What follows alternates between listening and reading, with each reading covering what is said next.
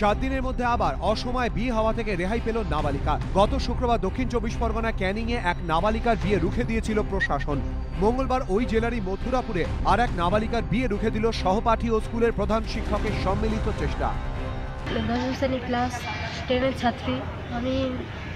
আমার বিয়ের ব্যবস্থা করা হয়েছিল বাড়ি থেকে, কিন্তু আমি বিয়ে করতে চাইনি। ঘটনাস্থল মথুরাপুর থানার চিত্রগঞ্জ।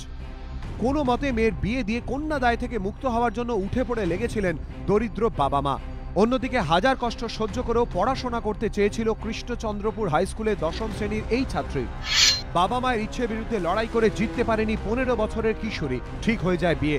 উপায় না দেখে সে সহপাঠীদের জানায় ঘটনার কথা। সহপাঠীরা জানায় প্রধান শিক্ষককে। তারপরই শুরু হয় নাবালিকার বিয়ে রুখে দেওয়ার জন্য সহপাঠী ও প্রধান শিক্ষকের সম্মিলিত লড়াই।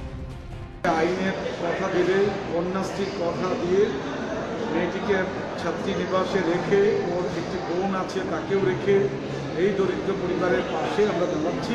বিয়েটা আজকে হওয়ার কথা ছিল, সেটা বন্ধ করা গেছে। বিয়ের দিন ঠিক হয়েছিল মঙ্গলবার। আয়োজন প্রায় হয়ে গিয়েছিল। শেষ মুহূর্তে বিয়ে রুখতে রাজি হয়েছে দুই পরিবার। খুশি সবাই।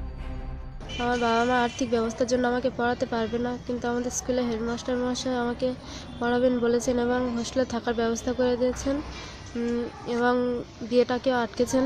তার জন্য আমি স্কুলের কাছে কৃতজ্ঞ থাকবো। আমরা খুব গরিব, আমরা পড়াতে পারিনি মেয়ের খুব। আমরা এবার বিয়ের নিয়ে প্রস্তাব রেখেছি। হেডমাস্টার বাড়ি গেল, বাড়িতে গিয়ে আপত্তি করলো। পড়াশোনা চালিয়ে যাওয়ার জন্য ছাত্রীকে হোস্টেলে রাখার সিদ্ধান্ত নিয়েছে স্কুল কর্তৃপক্ষ। সব খরচ বহন করবে স্কুলই। বিয়ের চিন্তা সরিয়ে রেখে এখন নিজের পায়ে দাঁড়াতে নতুন করে লড়াই শুরু কিশোরীর। জয়দীপ হালদার, এবিপি আনন্দ, দক্ষিণ 24 পরগনা।